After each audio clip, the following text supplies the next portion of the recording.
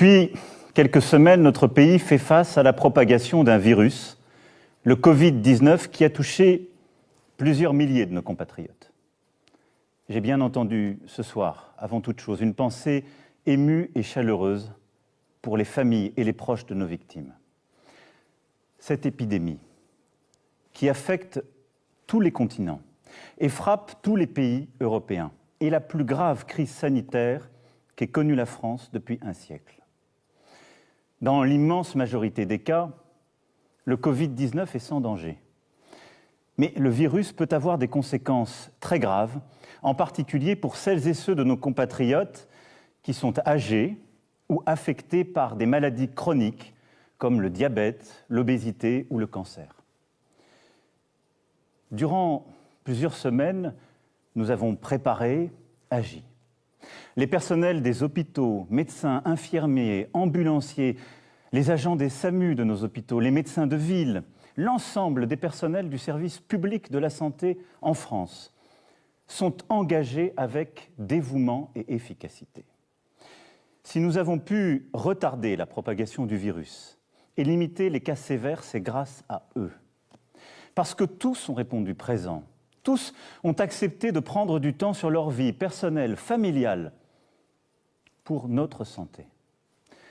C'est pourquoi, en votre nom, je tiens avant toute chose à exprimer ce soir la reconnaissance de la nation à ces héros en blouse blanche, ces milliers de femmes et d'hommes admirables qui n'ont d'autre boussole que le soin, d'autres préoccupations que l'humain, notre bien-être, notre vie tout simplement. Je veux aussi ce soir saluer le sang-froid dont vous avez fait preuve. Face à la propagation du virus, vous avez pu ressentir pour vous-même, pour vos proches, de l'inquiétude, voire de l'angoisse, et c'est bien légitime. Tous, vous avez su faire face, en ne cédant ni à la colère, ni à la panique. Mieux, en adoptant les bons gestes, vous avez ralenti la diffusion du virus et ainsi permis à nos hôpitaux et nos soignants de mieux se préparer. C'est cela, une grande nation.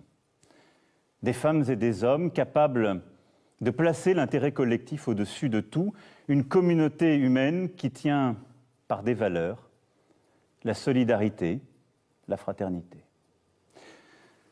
Cependant, mes chers compatriotes, je veux vous le dire ce soir avec beaucoup de gravité, de lucidité, mais aussi la volonté collective que nous adoptions la bonne organisation. Nous ne sommes qu'au début de cette épidémie. Et partout en Europe, elle s'accélère, elle s'intensifie. Face à cela, la priorité absolue pour notre nation sera notre santé. Je ne transigerai sur rien. Et un principe nous guide pour définir nos actions. Il nous guide depuis le début pour anticiper cette crise, puis pour la gérer depuis plusieurs semaines. Et il doit continuer de le faire. C'est la confiance dans la science. C'est d'écouter celles et ceux qui savent. Les plus grands spécialistes européens se sont exprimés ce matin dans une publication importante. J'ai réuni aujourd'hui, avec le Premier ministre, le ministre de la Santé, notre comité scientifique de suivi. Nous avons en France les meilleurs virologues, les meilleurs épidémiologistes, des spécialistes de grand renom, des cliniciens aussi, des gens qui sont sur le terrain et que nous avons écoutés comme nous faisons depuis le premier jour.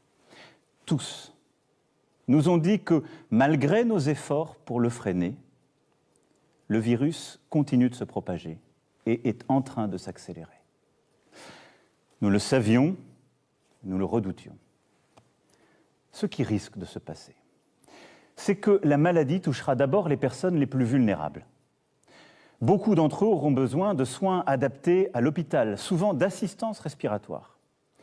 C'est pourquoi, et j'y reviendrai dans un instant, nous prenons des mesures très fortes pour augmenter massivement nos capacités d'accueil à l'hôpital. Car l'enjeu est de continuer à aussi soigner les autres maladies. C'est aussi de se préparer à une possible deuxième vague qui touchera un peu plus tard, en nombre beaucoup plus réduit, des personnes plus jeunes, a priori moins exposées à la maladie, mais qu'il faudra soigner également.